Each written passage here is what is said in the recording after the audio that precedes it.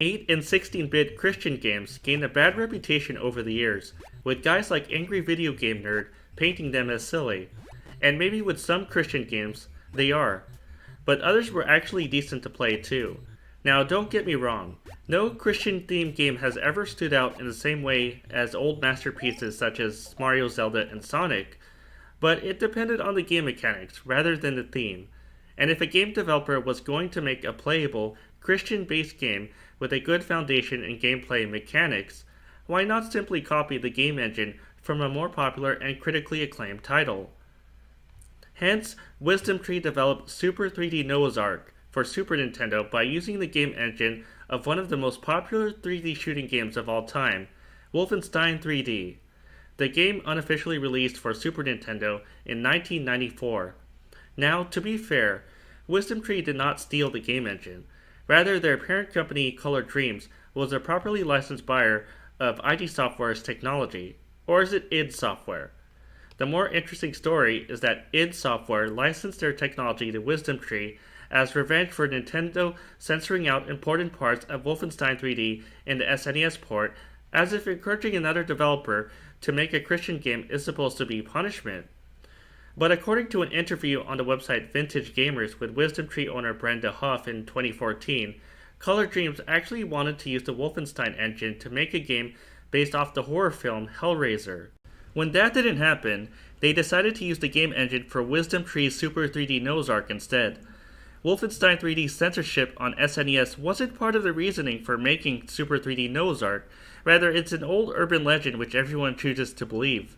However, Super 3D Noah's Ark was never officially licensed by Nintendo because they avoided controversial religious content in their games, so anyone who had the cartridge had to use some trickery in order for the game to work by using another game on top of it in order to bypass the SNES security system, and this was somehow legal. In the interview, Huff noted that Color Dreams was the only company to ever legally maneuver around SNES logout chips. 1 year later, an MS-DOS version appeared. Then fast forward 20 years later to 2014, and the game was re-released both on Super Nintendo and digitally for Windows, Mac, and Linux. Huff noted in the interview, the fact that a Bible-based SNES game is back on the market in 2014 shows that nothing is impossible for God.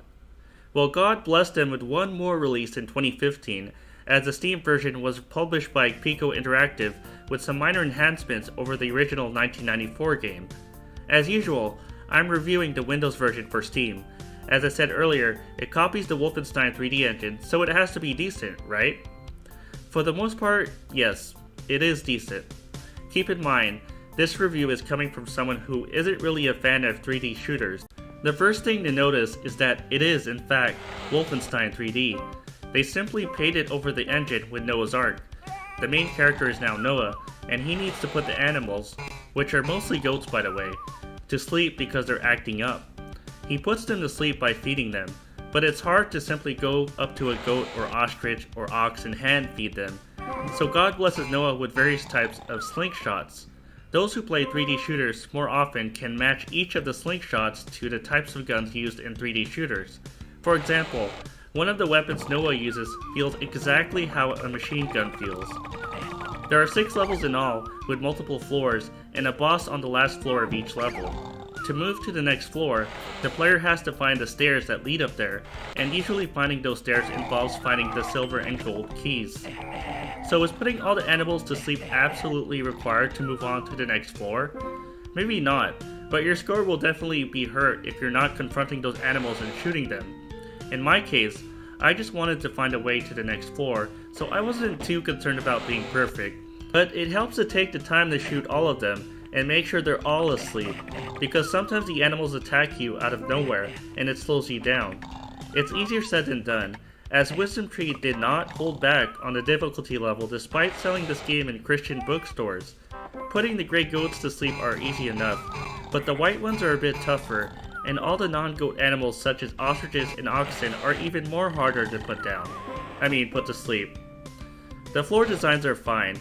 It's sort of a maze that Noah must find his way through on each floor, but with the game's map brought up by the select button, or whatever the equivalent is on the Xbox controller, it won't be too hard to figure out which rooms are not visited yet. If there was one thing I didn't like though, it was going through the more narrow corridors and having to face an animal out of nowhere close up. I don't mind a fair fight where I can see the enemy and move around him, but I don't like it too much when they catch me off guard. You never know what kind of enemy is around the corner, and that is creepy. But if I can't stand surprise attacks with a Christian-themed game such as this one, imagine how much I'd hate a real 3D shooter with armed men waiting near a hallway to pounce on me when I get near. This is why I don't play shooting games with more realistic images such as Call of Duty. Give me cute mascot games like Sonic the Hedgehog instead. I can deal with cartoony violence. Anyways, Super 3D Noah's Ark. Just take care of all the animals first, and you can spend the majority of time afterwards exploring for those keys in the final staircase without worrying about surprise attacks from a missed goat. There are health kits Noah can pick up along the way, and players could also raise their health and ammo by answering Bible questions littered throughout the floor. In that sense, it is a Christian game meant to educate players.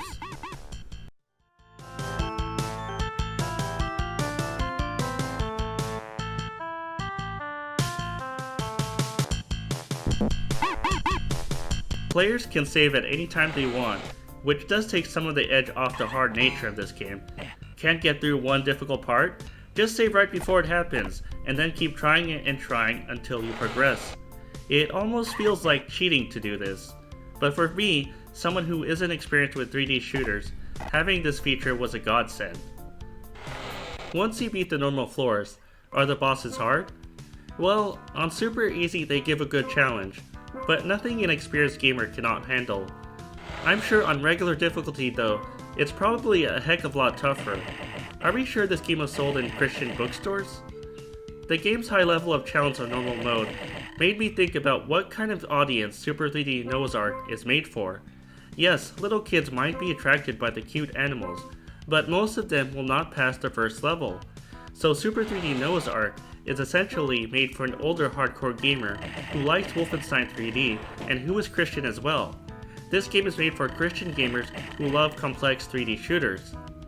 For a Christian game starring Noah and cutesy animals scattered around the boat, it's ironic that a younger kid will not be able to just pick up this game and progress very far. It's hard. Or maybe they can, I'm just bad at video games. In any case, let's talk about what bosses Noah needs to put to sleep. The first floor is headed by Carl the Camel, followed by Ginny the Giraffe, Melvin the Monkey, Harry the Kangaroo, Ernie the Elephant, and Bert the Bear is the big animal to close the game. Unfortunately, I could not reach Ernie the Elephant or Bert the Bear. I quit the game around level 5. What makes the bosses more challenging than they need to be is that it's hard to tell if Noah is hurting, helping the boss to sleep. It's hard to tell if I'm aiming at the boss correctly because there's no indication my shot hit the target. No meter to see if the boss life is down.